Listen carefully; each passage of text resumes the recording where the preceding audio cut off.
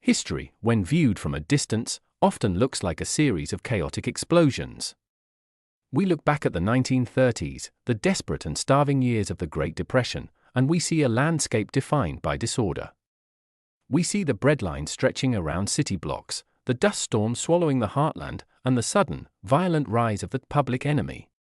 We are told stories about men like Babyface Nelson, Pretty Boy Floyd, and the king of them all, John Dillinger.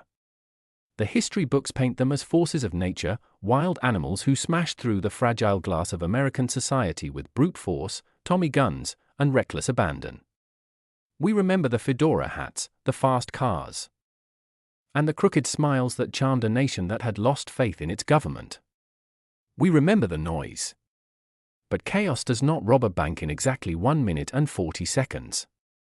Chaos does not navigate a getaway car through a police blockade that hasn't even been set up yet.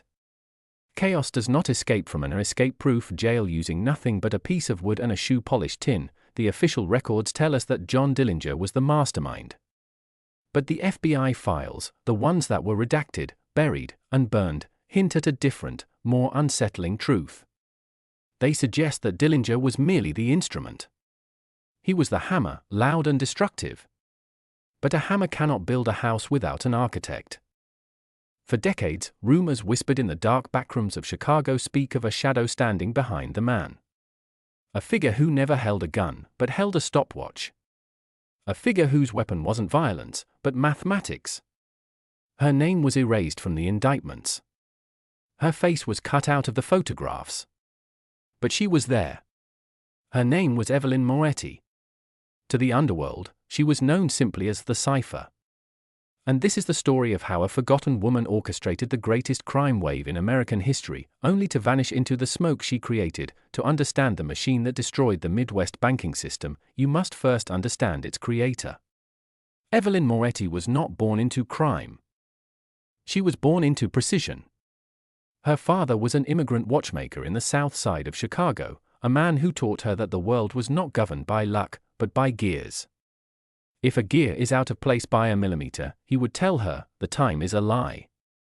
Evelyn grew up seeing the world as a series of interlocking mechanisms. Traffic lights, police shifts, train schedules, the flow of money, they were all just gears waiting to be synchronized. By the age of 22, Evelyn was working as a senior clerk at the Indiana State Bank. In 1930, a woman in the banking world was expected to be invisible, to make coffee, type letters, and smile. But Evelyn had a mind that devoured data. While the male managers drank scotch and slapped each other on the back, Evelyn was memorizing the pneumatics of the vault doors. She noticed that the heavy steel door of the main vault had a hydraulic delay of exactly 12 seconds between the turn of the key and the release of the bolts. She noticed that the armored truck from the Federal Reserve arrived every Tuesday at 9:14 a.m., but the guard on the passenger side always took exactly 3 minutes to light his cigar before stepping out. She didn't see these as trivial details.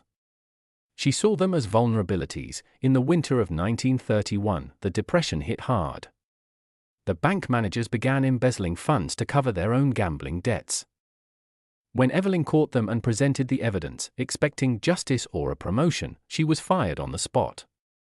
They accused her of incompetence to cover their own tracks. They threw her out into the cold, grey streets of a failing economy. That was the moment the gear slipped. That was the moment the watchmaker's daughter decided that if the system was broken, she wouldn't try to fix it. She would dismantle it.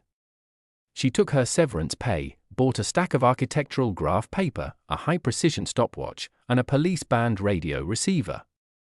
She didn't look for another job. She began to look for a weapon. May 1933. The Green Lantern Lounge was a dive bar where desperation went to drink. It was here that Evelyn Moretti found her weapon. His name was John Dillinger. At the time, he was fresh out of prison, bitter, and dangerously ambitious. But he was raw. He was a brawler, a man who relied on intimidation and luck. Eyewitness accounts from that night describe a woman in a sharp navy dress walking up to Dillinger's table. He laughed at her. He thought she was just another girl looking for a thrill with a bad boy. But Evelyn didn't flirt. She placed a folded napkin on the table. On that napkin was a drawing. It wasn't a love note. It was a perfect architectural schematic of the commercial bank of Daleville. She looked him in the eye and said, "You're planning to hit Daleville on Friday. You're going to go in through the front door, wave your guns, and scream. And you're going to get caught, John. Because the sheriff plays cards across the street every Friday until noon. His line of sight hits the front door perfectly. You have muscle, John, but you have no vision. You are a sledgehammer. I am the scalpel." Dillinger stopped laughing. For the next 3 hours, they didn't speak of romance. They spoke of logistics. Evelyn explained the concept of time depth. She explained that a robbery wasn't about the money, it was about the clock. The police need 4 minutes to mobilize, she told him. That means we are gone in 3 minutes and 30 seconds. Not a second later. If there is gold left on the table when the watch hits 3:30, you leave it. Greed is what gets you caught. Math is what sets you free. By the time the sun rose over Chicago, the deal was struck. Dillinger would be the face, the charm, the leap over the counter, the headline. Evelyn would be the shadow, the plan, the root, the brain. The gang was no longer just a group of thugs. It had become a corporation. The transformation was immediate. The Dillinger style that the press fell in love with was actually the Moretti algorithm. Evelyn revolutionized the getaway car. Before her, robbers stole whatever car was available on the street. Evelyn insisted on Ford the Fifth 8S. But she didn't just steal them. She had them modified. She found mechanics who could bore out the cylinders for extra horsepower, ensuring they could outrun the police cruisers of the time. She mapped out the rural backroads of Indiana and Ohio, finding the dirt tracks that didn't appear on police maps.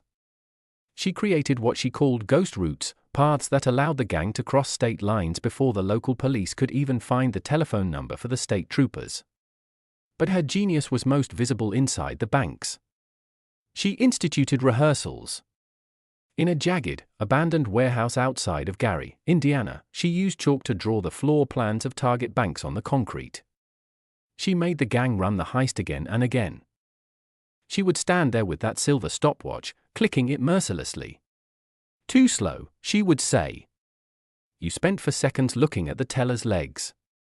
Do it again. You fumbled the bag transfer.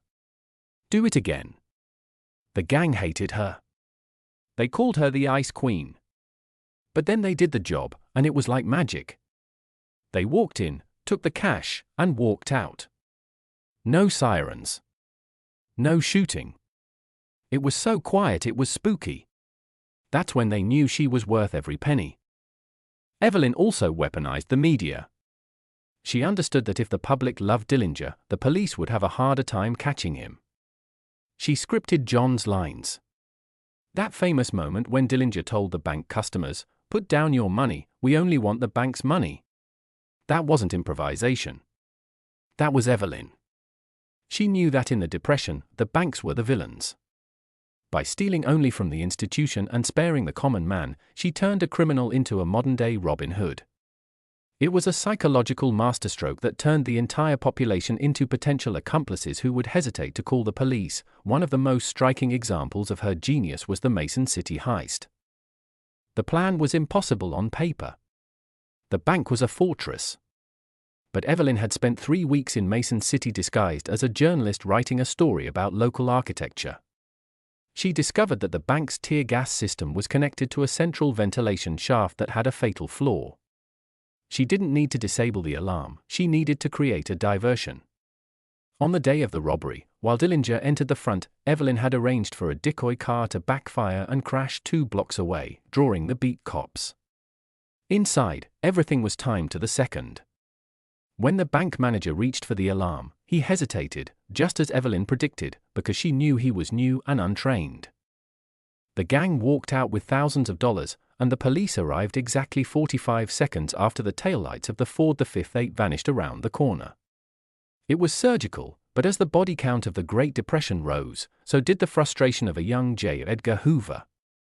The FBI was chasing a ghost. They analyzed every bullet, every tire track, and every witness statement. They profiled babyface Nelson as a psychopath and Harry Pierpont as a strategist. But their profiles were fundamentally flawed because they were looking for a man's logic, a logic of violence and ego. They never suspected that the reason the Dillinger gang always seemed to be one step ahead was because someone was listening to their own phone lines. Evelyn had used her knowledge of telecommunications to tap into FBI field offices. She was a pioneer of signal intelligence before the term even existed. She would sit in a rented room miles away, wearing headphones, listening to the agents plan their traps. "They are setting a roadblock on Route 41, she would tell John. "Take Route 12 instead." The FBI thought Dillinger had a sixth sense. In reality, he just had Evelyn. Then came the capture. When Dillinger was finally arrested and thrown into the Crown Point jail, the press declared it the end of the line. It was an escape-proof facility, guarded by an army of deputies. The world remembers Dillinger's most famous escape, the wooden gun. In 1934, Dillinger supposedly carved a gun out of a piece of washboard, dyed it with shoe polish, and bluffed his way out. The newspapers called it the ultimate bluff. But the cipher knew the truth. The wooden gun was a theatrical distraction, a shiny object to keep the guards' eyes busy while the real gears turned. Evelyn had spent months infiltrating the prison supply chain. She had bribed the laundry truck driver and learned the exact 3-minute window when the heavy outer gates were left unlocked for deliveries on Friday mornings. She knew the psychology of the guards, that they were overconfident and bored. She coached Dillinger on exactly who to target, which guard was the weak link. When Dillinger made his move, he wasn't guessing. He knew exactly where the keys were, exactly when the truck would be blocking the tower's view, and exactly where Evelyn had parked the getaway car, a stolen sheriff's vehicle, the ultimate irony, 2 blocks away. The wooden gun was a prop in a play written by Evelyn Moretti. However, the greatest threat to a shadow is the light. As 1934 dragged on, the heat became unbearable. Dillinger's fame grew, and so did his vanity. He began to enjoy the attention of the press. He loved the Robin Hood image the public had created for him. He started to believe his own legend.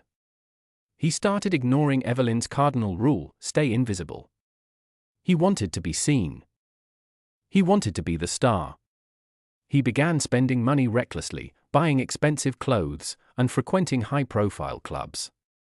Evelyn watched with growing horror. The meticulous, disciplined machine she had built was beginning to rust. The tension between the face and the mind reached a breaking point during the hideout at Little Bohemia. Evelyn had warned him that the location was compromised, that the geography of the lodge made an escape nearly impossible if surrounded. John, fueled by whiskey and ego, laughed it off. "I'm invincible," he told her. But when the FBI surrounded the lodge, turning the quiet woods into a war zone of tracer fire and tear gas, Dillinger realized he was mortal. The escape from Little Bohemia was a disaster. They survived only by luck and the sheer incompetence of the federal agents. But for Evelyn, it was the final straw. She realized that her instrument was broken. The man she had crafted into a legend was now a liability. The end did not come with a grand plan, but with a quiet betrayal. History tells us that the lady in red, Anna Sage, sold Dillinger out to save herself from deportation. But those who believe in the legend of the cipher suspect a deeper game. They say that Evelyn saw the inevitable. She knew that a man like Dillinger could never retire. He would eventually be caught, and when he might talk. He might lead the law back to the brain. Some theories suggest that Evelyn Moretti was the one who facilitated the introduction between Anna Sage and the FBI. It was a cold, calculated equation. For the shadow to survive, the face had to die. July 22, 1934. The Biograph Theater in Chicago. The air was thick with humidity and tension. Dillinger was watching Manhattan Melodrama, a movie about a gangster who dies in the end. It was poetry. Evelyn was not there. She was miles away, in a small apartment, packing a single suitcase. She didn't pack clothes or jewelry. She packed her notebooks, the blueprints of every major vault in the Western world, the logs of police frequencies, the maps of the ghost routes. As Dillinger walked out of the theater, blinded by the streetlights, he never saw the agents closing in. He reached for his gun, but it was too late. The hammer fell. 3 bullets struck him. He fell face down on the pavement, and the legend of John Dillinger ended in a pool of blood. The crowd rushed forward, dipping their handkerchiefs in his blood for souvenirs, blinded by the spectacle. While the flashbulbs popped and the coroners lifted the body, a woman in a dark coat boarded a train at Union Station. She bought a one-way ticket. She didn't look back. Evelyn the Cipher Moretti was never caught. She was never tried. She simply ceased to exist in the records of the law. After 1934, the era of the surgical heist ended abruptly. Bank robberies returned to being messy, desperate acts of violence. The genius had left the room. The precision was gone. What happened to her? Some say she moved to South America, using her amassed fortune to live like a queen in Argentina. Others say she moved to Europe and became a consultant for the very security firms she once defeated, designing vaults that no one could crack because she knew how to crack them all. There are even whispers that she remained in Chicago, living under a new name, a quiet old woman who owned the apartment buildings where the police lived, watching the world turn from her window. We may never know the truth. The FBI files are closed. The witnesses are dead. But the next time you hear a story about a crime so perfect, so silent, and so calculated that it seems impossible, the kind of heist where the thieves vanish into thin air without firing a shot, remember that chaos doesn't work that way. Remember that for every loud man with a gun, there is a shadow with a stopwatch, waiting for the perfect second to strike. John Dillinger was the name on the grave, but Evelyn Moretti was the ghost that walked away. And perhaps, in the end, that was the greatest heist of all, stealing her own life back from history.